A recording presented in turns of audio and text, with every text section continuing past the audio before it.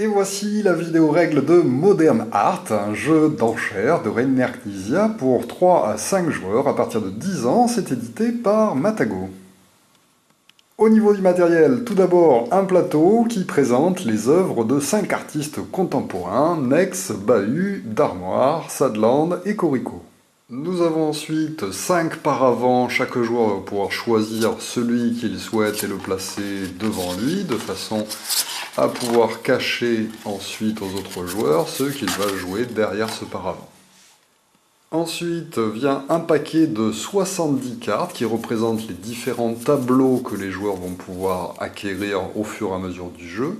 Le nombre de cartes de chaque artiste est dessiné en haut du plateau, donc 12 pour Nex, 13 pour Bahut, 14 pour Darmoire, 15 pour Sadland et 16 pour Corico. On va bien mélanger ces cartes et on va effectuer une distribution à partir de ce paquet mélangé entre les joueurs en fonction du nombre de joueurs. Si on joue à 3 joueurs, chaque joueur va recevoir 10 cartes. À 4 joueurs, chacun va recevoir 9 cartes et à 5 joueurs, chacun va recevoir 8 cartes. Le reste des cartes sera disposé à côté du plateau de jeu, il servira pour la manche suivante. Nous avons ensuite 15 plaquettes valeurs d'artistes qui sont en 10, 20 et 30, et donc on va placer toutes ces plaquettes à côté du plateau de jeu pour l'instant. Enfin, nous avons un ensemble de pièces de monnaie qui va constituer la banque. On va choisir autour de la table quelqu'un qui fera le rôle de banquier tout au long du jeu, et il va distribuer pour une valeur de 100 kilo-euros. Effectivement, les pièces représentent des kilo-euros, c'est-à-dire 1000 euros par unité. Et donc il y a des pièces de 1, de 5, de 10, de 20, de 50 et de 100. Le joueur qui est le banquier va donc distribuer 100 kilo-euros à chaque joueur.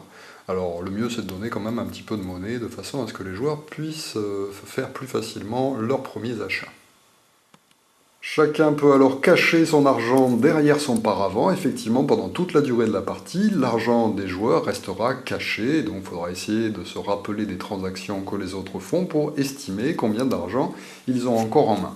Chacun va ensuite pouvoir regarder les cartes qui lui ont été distribuées en début de partie, et nous sommes prêts pour débuter la partie. Alors, quel est le but du jeu? Eh bien, dans Modern Art, chaque joueur va être à la tête d'une galerie d'art. Il va devoir acquérir des tableaux lors d'enchères, et à la fin de chaque manche, on vendra ces tableaux de façon à rapporter le plus d'argent. Plus un artiste sera vendu, et plus sa cote montera, et donc ces tableaux se vendront cher. À la fin de la partie, le plus riche l'emportera. Alors pour le déroulement, le jeu va se dérouler en 4 manches. Lors de chaque manche, on va donc vendre des tableaux et les acquérir et les placer devant soi, ce qu'on aura acquis. Dès qu'un 5e tableau d'un même artiste sera présent sur le plateau, enfin sur la table de jeu, la manche s'arrêtera, on vendra alors ces tableaux et on pourra entamer la manche suivante.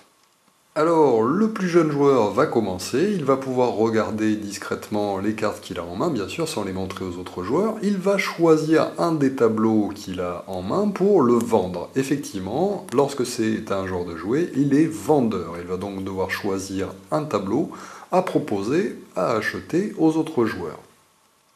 Il y a 5 types différents d'enchères possibles sur un tableau qui sont représentés en fait en haut de chacune des cartes de tableau. Lorsqu'un joueur va proposer à la vente un tableau, on sera obligé de le vendre selon la méthode qui est dessinée en haut par ce petit pictogramme. Alors, le premier type d'enchère que l'on va trouver parmi les 5, c'est celui qui est représenté par ce petit pictogramme avec 3 bulles. Ça veut dire des enchères libres, c'est-à-dire des enchères classiques. Le joueur qui va proposer cette carte à la vente, par exemple, va la poser devant lui, et ensuite il va lancer des enchères libres où n'importe qui va pouvoir parler, dire bah, moi je l'achète 2, moi je l'achète 6, moi je l'achète 7, moi je l'achète 8. Même lui peut participer à l'enchère et monter sur la précédente offre en proposant plus. Bien sûr, on est quand même obligé de proposer de façon à pouvoir payer. Si vous n'avez pas assez de sous, vous n'avez pas le droit de dire plus que ce que vous avez pour faire monter les enchères, c'est interdit.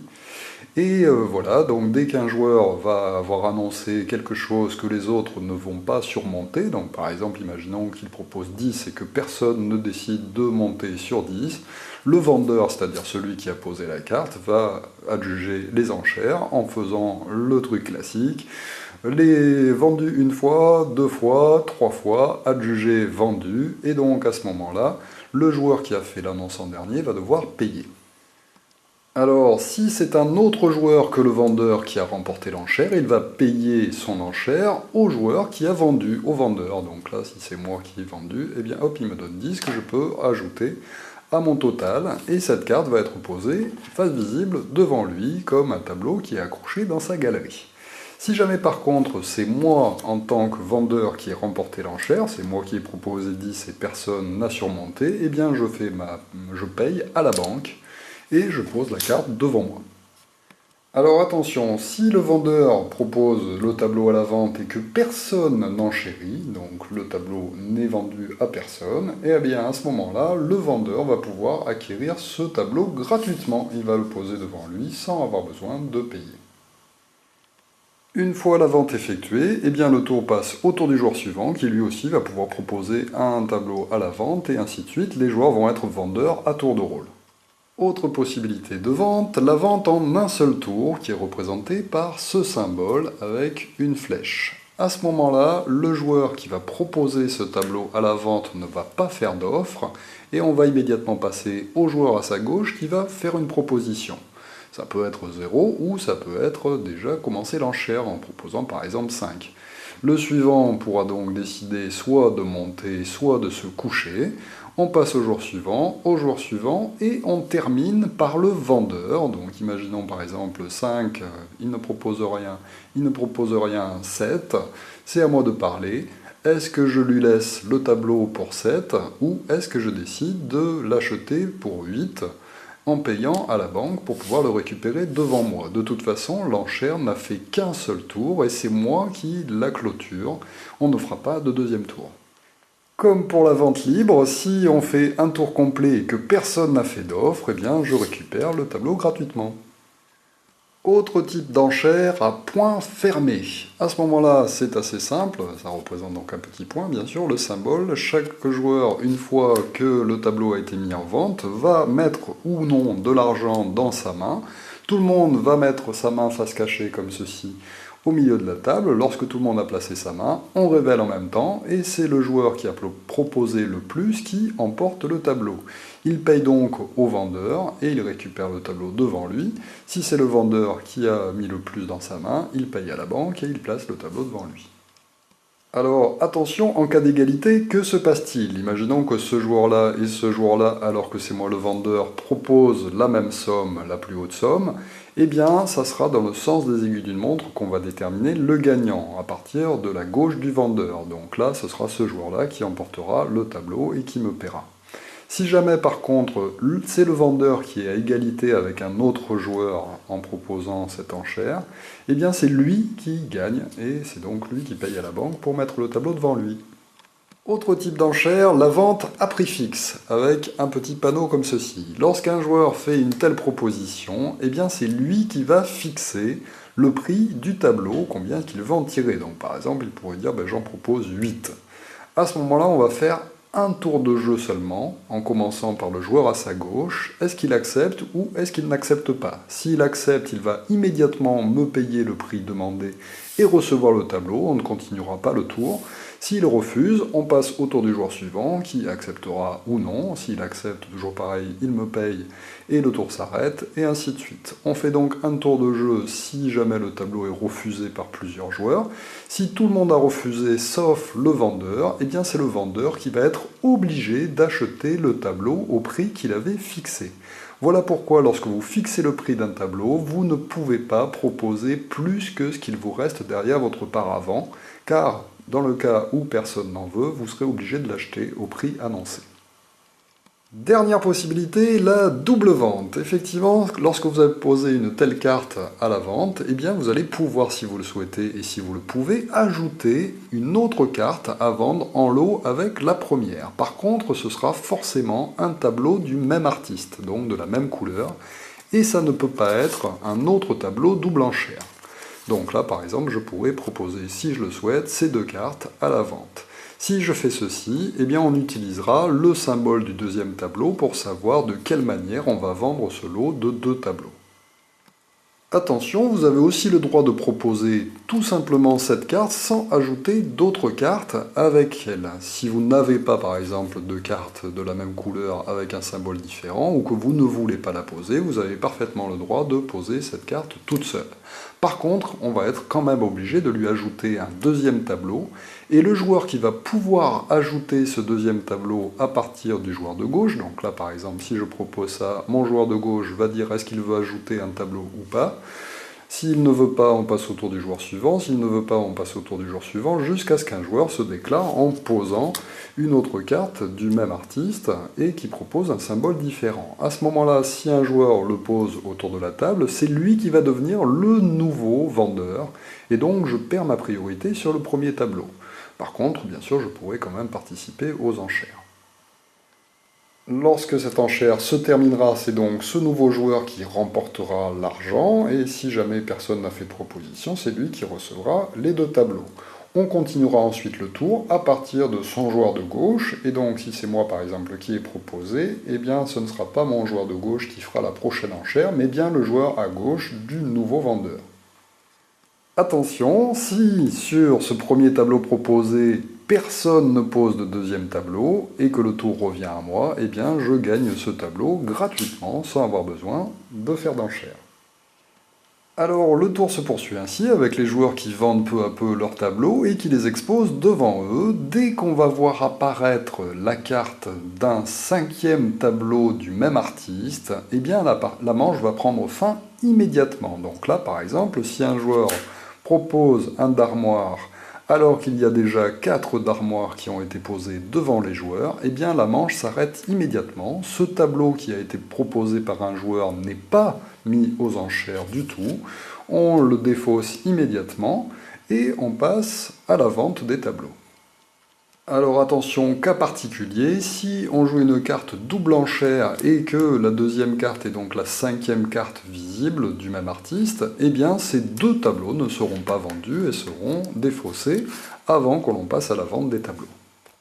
On va ensuite prendre dans la réserve des plaquettes de valeur d'artiste une tuile de chaque, une 30, une 20 et une 10, et on va déterminer à combien vont se vendre les tableaux des 3 artistes seulement qui ont vendu le plus de tableaux. On va donc tout d'abord regarder qui a le plus de cartes posées face visible en jeu, en prenant en compte que la carte qui a provoqué la fin de la manche va être comptabilisée dans ce total de tableaux d'artistes. Donc là, par exemple, c'est le darmoire qui gagne, puisqu'il y en a 3, 4, 5 de présent et qu'aucun autre artiste n'a plus de 5. À ce moment-là, on va donc prendre la plaquette 30 et la placer sur la première ligne du darmoire, qui vaudra donc 30 kg. Ensuite, on va regarder quel deuxième artiste va avoir le plus de tableaux. Donc là, c'est le Sadland, qui a 3 tableaux de vendus. Et donc, on placera le 20 sous le Sadland ici. Enfin, on regarde qui est le troisième artiste à avoir le plus de tableaux, et là nous avons une égalité entre Corico et Nex, qui ont vendu chacun 2 tableaux. Alors, Nex et Corico étant ici sur le plateau de jeu, pour déterminer l'égalité, on va regarder qui est le plus à gauche, et donc là c'est le Nex qui est le plus à gauche, puisque le Corico est complètement à droite. C'est donc Nex qui gagne, et qui prend la plaquette 10. Les autres artistes ne vont rien rapporter du tout. Alors pour plus de simplicité, on va pouvoir défausser les cartes des artistes qui n'ont pas été cotés. Donc là c'est Corico, donc malheureusement ces 2 Corico que j'ai achetés ne me servent à rien, on peut les défausser. Le joueur qui a placé le bahut tout seul ne va rien rapporter non plus pour le bahut, et maintenant nous allons être payés pour chaque tableau en fonction de sa cote. Donc là par exemple, moi j'ai 2 Sadland qui valent 20 kg chacun. Je vais donc recevoir 40 de la banque que je vais pouvoir placer derrière mon paravent avant de défausser ces cartes. Ce joueur-là a un Sadland et un darmoire, ça lui fait donc 30 et 20, 50, il reçoit donc 50 et il défausse ses cartes. Ce joueur-là a 2 Nex à 10 chacun, ça lui fait donc 20 de gagné et il peut les défausser. Et enfin, ce joueur-là a 3 d'armoire à 30 chacun, 3 x 3, 9, 90 kg. il peut les vendre et il recevra 90 kg qu'il peut placer derrière son paravent. Nous sommes prêts pour débuter une nouvelle manche. Alors, avant de débuter la nouvelle manche, on va refaire une distribution à partir du paquet de cartes inutilisées. Les joueurs vont garder cependant les cartes de la manche précédente qu'ils n'ont pas proposées aux enchères, donc c'est important de savoir que l'on peut garder donc des cartes d'une manche sur l'autre. Et à cela, on va ajouter donc un nombre de cartes tirées du paquet qui va dépendre du nombre de joueurs. Si vous jouez à 3 joueurs, chacun va recevoir 6 nouvelles cartes. Si on joue à 4 joueurs, chacun va recevoir 4 nouvelles cartes. Et si on joue à 5 joueurs, chacun va recevoir 3 nouvelles cartes du paquet avant de débuter la manche. On va alors redémarrer une phase d'enchère à partir du dernier joueur qui a placé un tableau. Donc celui qui a placé le tableau qui a provoqué la fin de manche précédente ne joue pas, mais par contre ça sera à son joueur de gauche de débuter l'enchère en proposant un tableau à la vente. Alors attention, à la fin des manches suivantes, la valeur déjà gagnée sur les précédentes manches pour un artiste vont s'ajouter aux nouvelles, à condition que cet artiste soit bien vendu. Alors par exemple, si la partie se termine parce qu'on tire encore un d'armoire, et qu'il y en a 5 de présents sur le jeu, 1, 2, 3, 4, 5, eh bien, à ce moment-là, on va à nouveau faire une valeur d'artiste sur la deuxième ligne. Il y a effectivement une ligne par manche de jeu. Donc, le d'armoire est encore le tableau qui s'est le plus vendu. Ensuite, en deuxième, nous avons par exemple les coricots qui sont présents en 4 exemplaires. On va donc lui attribuer la valeur de 20. Et en troisième, nous avons une égalité entre bahut avec 3 cartes et Sadland avec 3 cartes. Comme il y a une égalité entre ces deux, c'est le plus à gauche qui l'emporte, c'est donc le bahut qui va valoir 10 pour cette manche-là. Alors attention, lors de cette manche, le Sadland et le Nex n'ont pas été vendus, et même s'ils avaient eu précédemment une valeur, eh bien malheureusement, on va les défausser pour 0. Donc on enlève les Sadland et les Nex, et on va payer le reste aux artistes. Comme le d'armoire a déjà été coté au premier tour, eh bien on va faire le total de ces deux cotes pour savoir combien vaut chacun de ces tableaux. Et donc là, chaque tableau de d'armoire pour cette manche-là va valoir 60. Je vais donc recevoir 60 pour cette carte-là. Et ce joueur-là va recevoir 120 kg pour ces deux cartes de d'armoire. En revanche, le Corico et le bahut qui n'ont pas été vendus lors de la première manche vont juste valoir 20 pour Corico et 10 pour bahut. On peut alors entamer la troisième manche. On distribue encore des cartes 6 à 3 joueurs, 4 à 4 joueurs et 3 à 5 joueurs avant de faire les ventes aux enchères et ensuite, dès que le cinquième tableau apparaît, par exemple, faire une vente comme ceci. Là, le Sadland vaudra 50, le bahut vaudra 30, le Nex vaudra 20, mais par contre, le d'armoire, s'il n'est pas vendu, vaudra 0 pour cette manche et le Corico 0 aussi. Alors attention, avant la quatrième et dernière manche, on ne va pas refaire de distribution de tableaux. Il faudra donc se débrouiller avec les tableaux qui nous restent en main. Si jamais un joueur se retrouve sans tableau en main, eh bien il ne pourra pas faire de vente aux enchères. Par contre, il pourra toujours participer à l'achat des tableaux proposés par les autres joueurs. Si jamais plus personne n'a de carte en main, eh bien la dernière carte proposée à la vente par un joueur sera la dernière du jeu. Il la pose mais il ne la vend pas, on la défausse et ensuite on fait la comptabilisation comme si on était en fin de partie avant d'attribuer les points au dernier. Sinon, de toute façon, si on arrive à la dernière manche, on paye à nouveau les cartes exposées devant les joueurs et on va tout simplement comptabiliser l'argent gagné par chacun, celui qui en a le plus et le vainqueur. Voilà donc pour Modern Art, un excellent jeu d'enchères qui effectivement vous fait pratiquer tous les types d'enchères existants pour tenter de tirer la couverture à vous. Alors rappelez-vous qu'il n'est pas obligatoire d'exposer des tableaux pour pouvoir gagner la partie. Effectivement, si vous arrivez à en vendre beaucoup, vous vous ferez aussi de l'argent. Et il ne faut pas oublier que le but du jeu est d'être le plus riche à la fin de la partie. Effectivement, toutes les cartes qui vous restera encore en main à la fin ne serviront à rien et ne pourront pas être vendues. Vous aurez aussi compris qu'il y a beaucoup de paramètres à prendre en compte. Effectivement, je vous rappelle qu'il y a le nombre de cartes de préciser en haut du jeu, et donc que l'on peut essayer de comptabiliser les tableaux qui passent pour savoir combien il en reste de chaque sorte et tenter de gagner des égalités.